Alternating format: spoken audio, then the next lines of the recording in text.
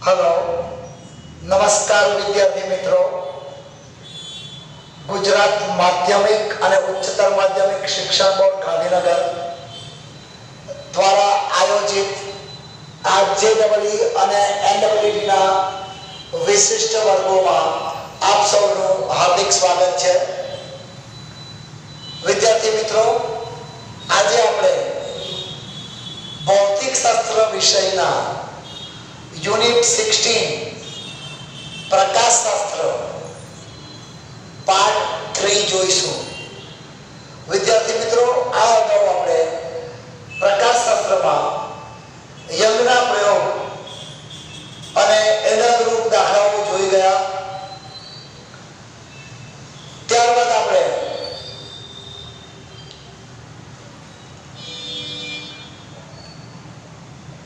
પાતળા સ્તરો વડે થતા વ્યતિકરણની ચર્ચા કરવી છે। પાતળા સ્તરો વડે થતું વ્યતિકરણ આપણે ખાસ ધ્યાન રાખજો।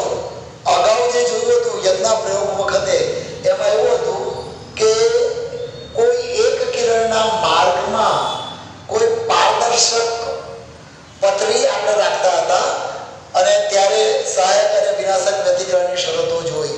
અહીં પાતળા સ્તરો વડે થતું વ્યતિકરણ, પાતળા સ્તરો વડે થતા વ્યતિકરણમાં બે કિસ્સા આપણે મહત્વના છે।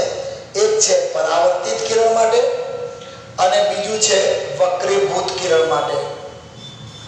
વિદ્યાર્થી મિત્રો, આપણે પ્રાથમિક કેટલાક સૂત્રો પહેલા નોંધી દઈએ। ધારો કે પરાવર્તિત કિરણ માટે શું છે, પહેલા તો આછો ખ્યાલ તમને છે, છતાં એકવાર જોઈ લઈએ આપણે।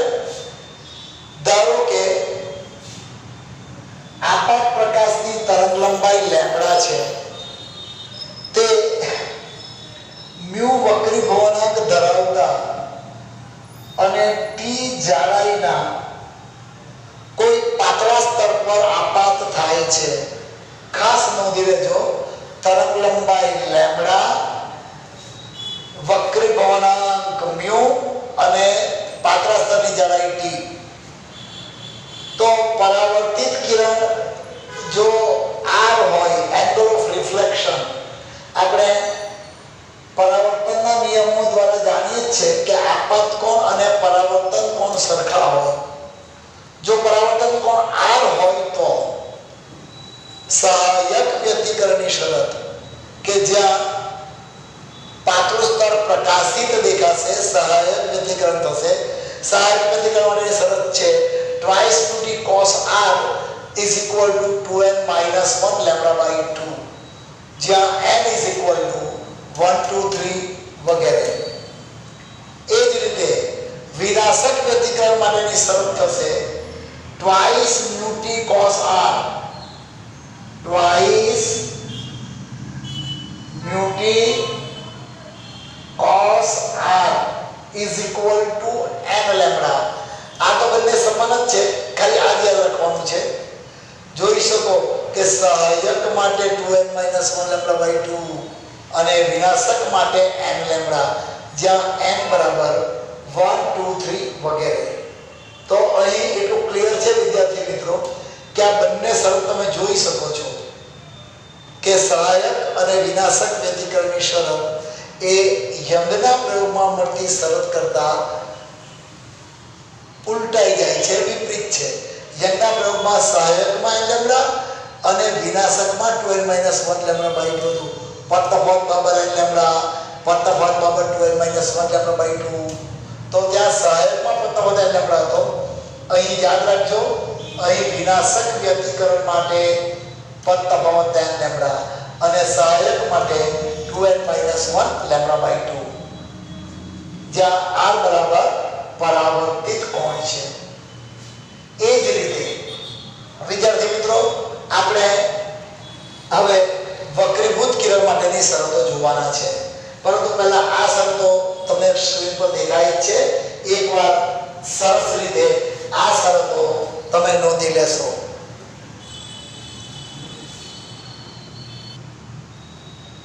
તો હવે આપણે જો પરાવર્તિત કિરણ માટે આપણે નોંધી લીધું હોય તો હવે આપણે વક્રીભૂત કિરણ માટે આ શરતો જોઈશું. વક્રીભૂત કિરણ માટે સહાયક વ્યતિકરણની શરત twice ut cos r is equal to n lambda, જ્યાં n is equal to 1 2 3 dot dot dot.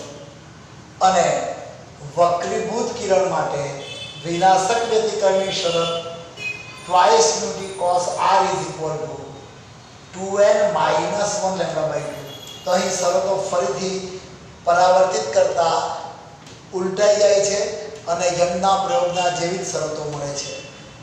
તો વિદ્યાર્થી મિત્રો યાદ રાખજો, પાતળા સ્તરો વડે થતા વ્યતિકરણમાં વક્રીભૂત કિરણ માટેની શરતો તફાવતની શરતો યંગના પ્રયોગના જેવી જ છે, અર્થાત સહાયક વ્યતિકરણ માટે n લેમ્બડા, વિનાશક વ્યતિકરણ માટે 2n minus 1 lambda by 2. જ્યારે પરાવર્તિત કિરણ માટે આ બંને શરતો ઉલટાઈ જાય છે, અર્થાત જો પરાવર્તિત કિરણ હોય તો સહાયક માટે 2n minus 1 lambda by 2 લેવાનું અને વિનાશક માટે n lambda લેવાનું. હવે આ થઈ ગયા વક્રીભૂત કિરણ માટેના સૂત્રો. તો હવે આ સૂત્રો જો બરાબર એકવાર ક્લિયર થઈ ગયા હોય તો હવે પછી આપણે જોઈશું કે આ સૂત્રના અત્યાર સુધી પૂછાઈ ગયેલા કેટલાક દાખલાઓ અને એ આપણે કેવી રીતે ગણી શકીએ. તો એ જોઈએ એ માટે જરૂરી છે કે આપ આટલા સૂત્રો બરાબર ફરીથી એકવાર યાદ કરીને એનો યોગ્ય મહાવરો કરી લેશો. હલો, હા, તો વિદ્યાર્થી મિત્રો હવે પાતળા સ્તરો વડે થતા વ્યતિકરણના કેટલાક દાખલા પૈકી ઘણીવાર પૂછાતો એક દાખલો આપણે જોઈ લઈએ. આ ટાઈપનો દાખલો આવે છે. અત્યારે રકમ તમને સ્ક્રીન પર બરોબર દેખાય છે. 1.2 વક્રીભવનાંક ધરાવતા 0.8 માઇક્રોમીટરના એક પાતળા સ્તર પર 60 ડિગ્રીના કોણે પ્રકાશ આપાત થાય છે. જો પરાવર્તિત તરંગ ને જોતા પાતળા સ્તર પર બીજા ક્રમનું, ખાસ નોંધજો, બીજા ક્રમનું વિનાશક વ્યતિકરણ જોવા મળતું હોય તો આપાત પ્રકાશની તરંગ લંબાઈ ખાલી જગ્યા હશે. સમગ્ર સ્ક્રીન પર અત્યારે તમે જોઈ શકો છો અને હું બોલ્યો છું એટલે તમે લખી પણ શકો છો. વિકલ્પ આપ્યા છે. પહેલો વિકલ્પ છે A બરાબર 6000 એંગસ્ટ્રોમ, બીજો વિકલ્પ છે B બરાબર 6500 એંગસ્ટ્રોમ, ત્રીજો વિકલ્પ છે C બરાબર 4000 એંગસ્ટ્રોમ અને ચોથો વિકલ્પ છે D બરાબર 4500 એંગસ્ટ્રોમ. તો ચાલો વિદ્યાર્થી મિત્રો આપણે જોઈએ કે આ પ્રશ્નને આપણે કઈ રીતે ઉકેલી શકીએ. તો આનો ઉકેલ હવે જોઈ લઈએ. ખાસ આપેલી વિગતો નોંધી લઈએ તો વક્રીભવનાંક મ્યુ 1.2 તમે પણ નોંધતા જજો. વક્રીભવનાંક મ્યુ બરાબર 1.2, વક્રીભવનાંક મ્યુ બરાબર 1.2, સ્તરની જાડાઈ T બરાબર 0.8 માઇક્રોમીટર. આપણે એને મીટરમાં કન્વર્ટ કરી દઈએ તો 0.8 નું 1 લઈ અને માઇક્રોના 6 એટલે 8 × 10⁻⁻7 મીટર. અહીંયા છે ને વક્રીભવનાંકમાં સુધારો કરજો, 1.5 કરજો વિદ્યાર્થી મિત્રો. રકમમાં પણ તમે સુધારી દેજો 1.5. હવે 1.5 જ છે બુકની અંદર. એ જે હોમવર્ક આપવાનું છું તેમાં 1.2 છે. હવે શું કહ્યું છે? ક્રમ આપેલો છે બીજા ક્રમનો અને પ્રકાર આપેલો છે વિનાશક, બીજા ક્રમનું વિનાશક વ્યતિકરણ.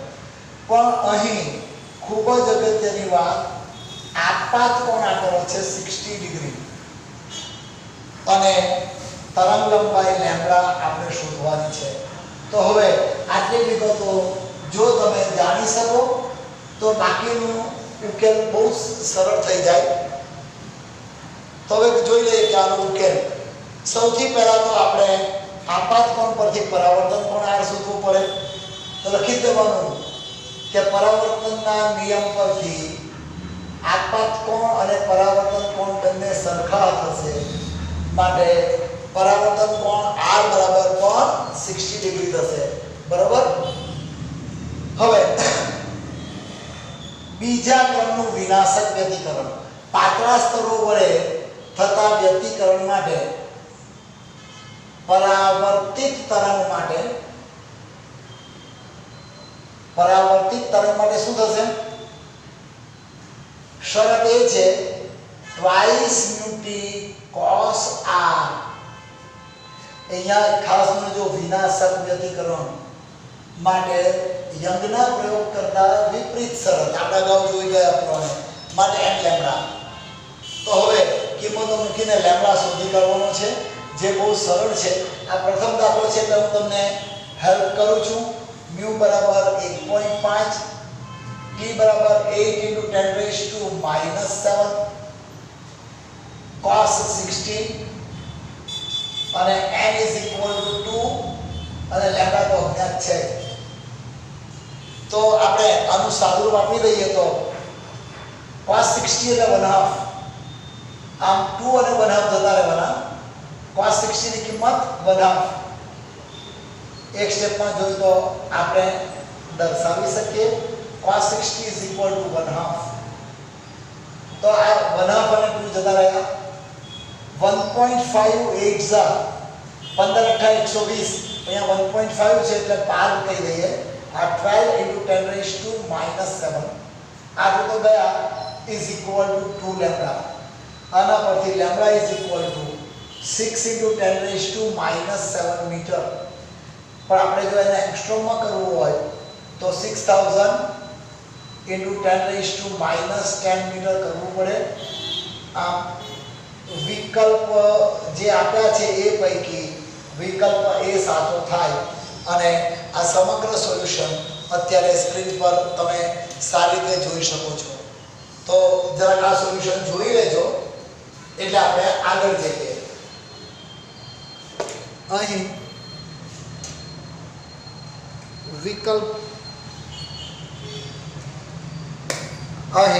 વિકલ્પ એ સાચો પડે છે 6000 એંગસ્ટ્રોમ. હલો. હા, તો વિદ્યાર્થી મિત્રો એક આપણે પેરેલલ ક્વેશ્ચન જરા નોંધી લેશો. 1.2 વક્રીભવનાંક ધરાવતા 0.10 માઇક્રોમીટર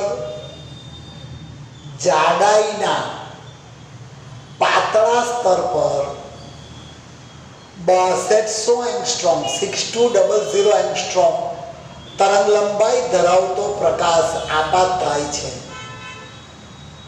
ત્યારે પરાવર્તન કોણ 60 ડિગ્રી મળે છે.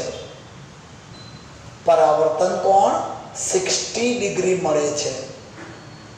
તો વક્રીભૂત કિરણ ને જોતા પાતળા સ્તર પર ખાલી જગ્યા ક્રમનું ખાલી જગ્યા વ્યતિકરણ રચાયું હશે. તો વિદ્યાર્થી મિત્રો અહીં વક્રીભવનાંક μ આપ્યો છે, જાડાઈ t આપી છે, લેમ્બડા એંગસ્ટ્રોમમાં આપી છે, જેને 10⁻10 મીટરમાં ફેરવવાની છે.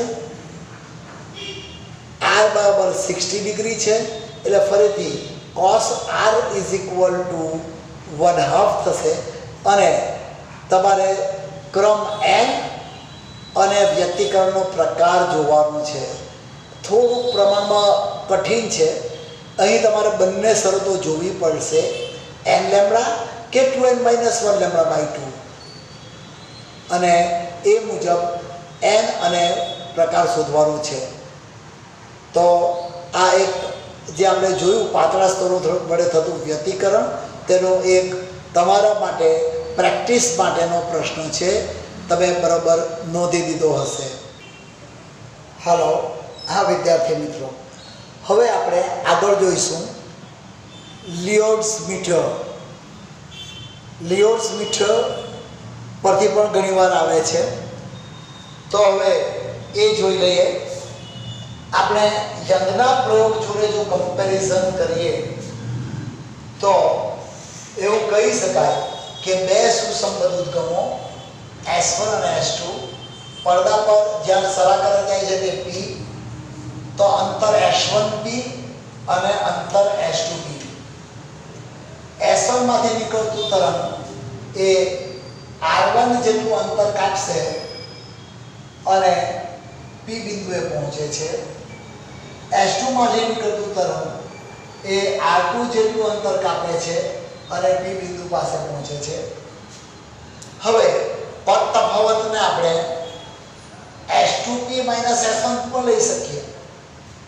અત્યારે બરાબર નોંધજો, જો આપણે વ્યતિકરણ પડદાથી ઉપર તરફ લઈએ તો R2 is greater than R1. મધ્ય બિંદુ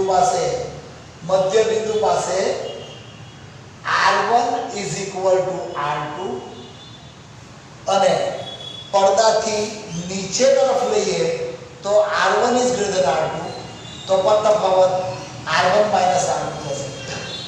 હવે જો લિયોડ્સ મીટરની વાત કરીએ તો અહીં તમારે આટલું જ રાખવાનું છે, પદ તફાવત બરાબર n લેમ્બડા વિનાશક વ્યતિકરણ. એટલે પાતળા સ્તરોમાં જે પરાવર્તન થતું હતું તેના જેવી શરત, અને પદ તફાવત બરાબર 2n - 1 લેમ્બડા/2, તો સહાયક વ્યતિકરણ. અહીં ખાસ નોંધજો વિદ્યાર્થી મિત્રો, n is from 1 to 3, સહાયક માટે n 0. જે મેં કહ્યું હતું કે પડદા પર મધ્યસ્થ ભાગે હંમેશા સહાયક વ્યતિકરણ થાય. સહાયક વ્યતિકરણ n બરાબર 0, 1 to 3. તો આ સૂત્રો બરાબર ધ્યાનમાં રાખશો, કામ લાગી શકે એવા ખૂબ જ મહત્વના આ સૂત્રો છે. તો સૂત્રો બરાબર સ્પષ્ટ થઈ ગયા હશે.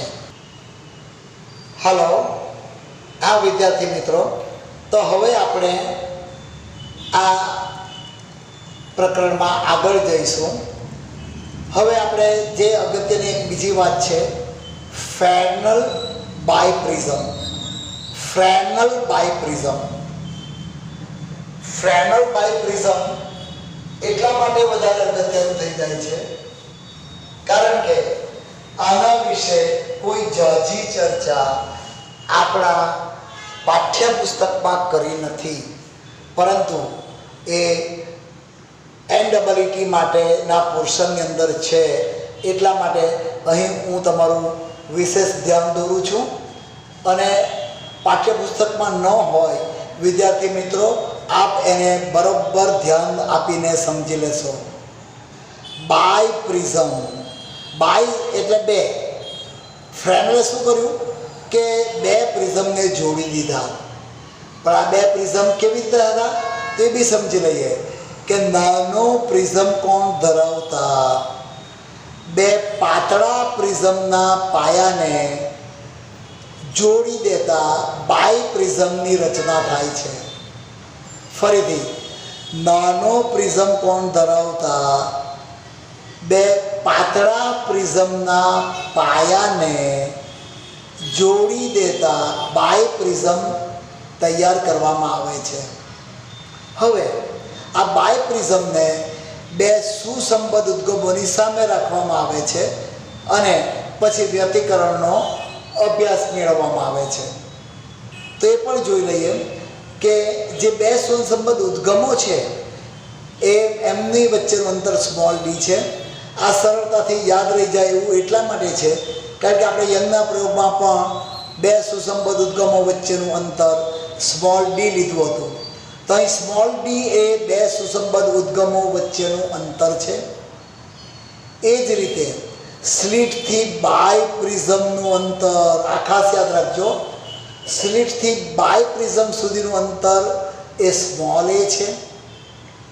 એ જ રીતે બાય પ્રિઝમથી પડદા સુધીનું અંતર એ સ્મોલ બી છે. આમ સ્લિટથી પડદા સુધીના અંતરને કેવી રીતે આવશે? તો સ્લિટથી બાય પ્રિઝમ સુધીનું અંતર અને બાય પ્રિઝમથી પડદા સુધીનું અંતર.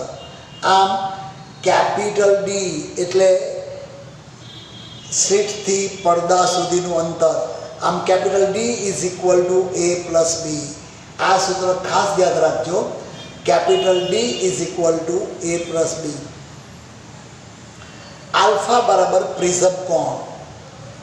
જો પ્રિઝમ કોણ આલ્ફા હોય અને પ્રિઝમના દ્રવ્યનો વક્રીભવનાંક જો મ્યુ હોય તો શલાકાની